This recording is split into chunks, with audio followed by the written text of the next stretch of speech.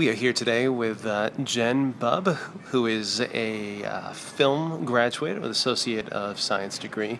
Jen, thank you so much for coming today. Thank you for letting me. Oh, absolutely. So, what made you interested in filmmaking?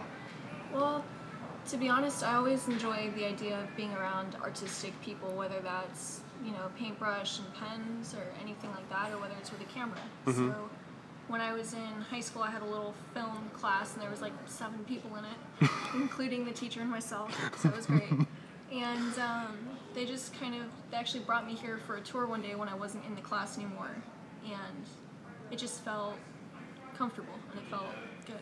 Nice. So it kind of pushed me towards the idea that you can make a living if you try hard enough in an artistic field and be self-sufficient, which I really like. Mm-hmm. So, That's awesome. Are there any genres of film or like any standout films that made you just totally floored about that prospect? oh, it's gonna sound so cheesy. While I was in her class, someone that I had been dating at the time showed me this video for a band that's actually one of my favorite bands now. And it was a video of them on this big world tour, and they're helping people, and they're playing all their music, and it dawned on me that someone was there filming them. Someone got to be there and experience that with them, and to not be a leech, but to help them. And I hate the idea of anybody leeching off anybody, regardless of what it is. So it stuck out to me, and it made me feel like this could be an adventurous, great thing. But beyond that, horror movies.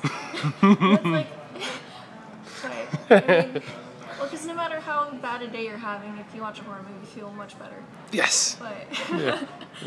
I think it's just anything, regardless of what the genre is, as long as it has a genuine heart and purpose to it, it matters to me. Any horror films that stand out to you? Tucker and Dale versus Evil. Yes. Yes, So thank you. good. Alan Tudyk, so good. And then one of the big ones, which is more unheard of, is called Behind the Mask. And the reason why I enjoy it so well is because it takes the standpoint of Freddy Krueger, Jason, Voorhees, Michael Myers, and all that stuff, and it treats it as if, what if these were real people?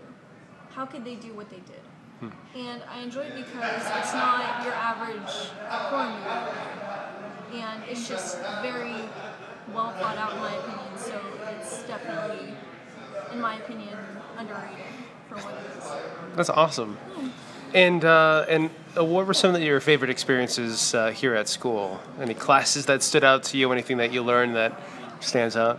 Well, I think, honestly, some of my favorite classes ended up being the ones that I had the hardest time with, because I don't like things that are too easy.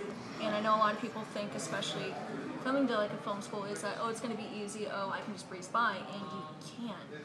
And I like that you have to be willing to put the work in and the time in. So I remember I had screenwriting, and I didn't do bad. I just didn't do as well as I had in my other classes, and it like bugged the hell out of me. But in a really good way, because I realized that I started putting more time into it, and it made you grow, and it made you kind of consider things that you didn't normally, and think about, well, what does the significance of saying this have versus saying this? So I think classes like that, cinematography with initially my Marianne was out, so I had Christian Vogler, which was interesting.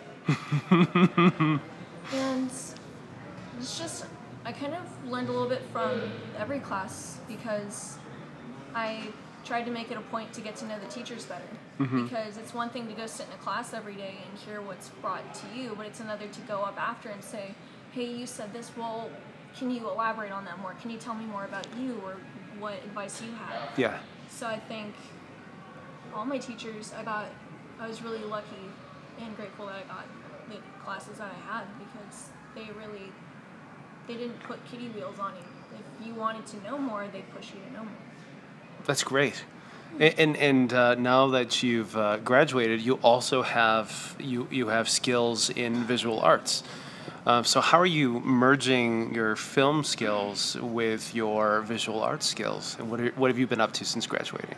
Well, one of the big things that I've been doing since since I was in film school and since I've graduated is people have me do storyboarding for them, or they'll have me do their character concept art, which is interesting because I wasn't in the animation program, so you think they would have missed, but no, score. But no, but I think the really great thing is because I love drawing, I love painting and everything like that, and people have come to me with, here's my script, here's a couple pictures of the location I have, and for this specific scene I want this specific shot. Beyond that, make it whatever you want. And I think that's interesting because you get practice with regular drawing, you get practice with, I specialize more in editing for productions and things like that. So it gave me an idea of, okay, well, in my mind, how do I see your film? And it taught me a lot about, not necessarily the politics of everything, but being able to genuinely collaborate with someone and say, this is what you've brought to me and here's what I'm giving back. Yeah. And let's go over this together and really decide, how do you want your movie to feel? How do you want this to be? What are you trying to say? So I think it's really interesting to go ahead and see it, because you're almost, in that sense, directing it, editing it, and like storyboarding it. Right. So you see all these different aspects. I mean, I'm not G&Eing it, but you do a lot of other stuff for it. So it's very interesting because now whenever I go to write something, I use the experiences I've had.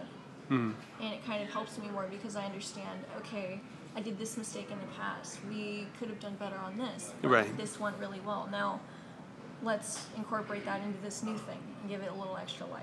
Right, like now all the pieces that go into a project. Yeah. And how to plan accordingly so that you're in budget and you can market it. Yeah, and also I think it's really interesting because you kind of understand, and I get to talk to a lot of like producers on things because they come to me and say things like, I understand the story and I can picture it in my head, but I can't show other people yet, and I need to get financing. Yeah. So if you can draw it for me, or even a couple scenes, we can show it to them so they understand where we're coming from better and can get this financed, which I really like. I like being able to help people get their ideas out of their minds and actually show people, because what a genuinely great thing to be able to do for somebody, to be able to say, this is something that only I can see, and now you get to experience it too. And I really hope that you enjoy it. That's awesome. That's so great. And what's some advice that you would give to someone who's interested in following in your footsteps and perhaps going down that same road of using film and storyboarding and learning that whole production process? I think a couple things are, one is don't lie to yourself. And don't lie to other people. You know what you're doing. You know if you could be doing better or worse. And sometimes it's really genuinely hard and it sucks to admit that, I really could be doing better. But I think it's good to be honest with yourself, because the more you do that, the more you can allow yourself to really grow and get better. Because if you're someone who I think always thinks I'm the best, you're going to stay at a ceiling. And if you always realize there's a little more room to grow, there is no ceiling. Right. Which I think is good. Beyond that, it's just be open. Be open to new things, be open to new people, be open to working differently or more hours than you normally are used to, because it's a lot of long days. And it's not as great as it is. There's going to be some mornings you wake up and go, I really wish I could stay home and binge watch Netflix. But you have to remember that, just keep your spark. Really keep your spark. And don't lose the creativity that you have, because no one needs to re-see the same thing over and over and over. Find a new way. Right. Just be open.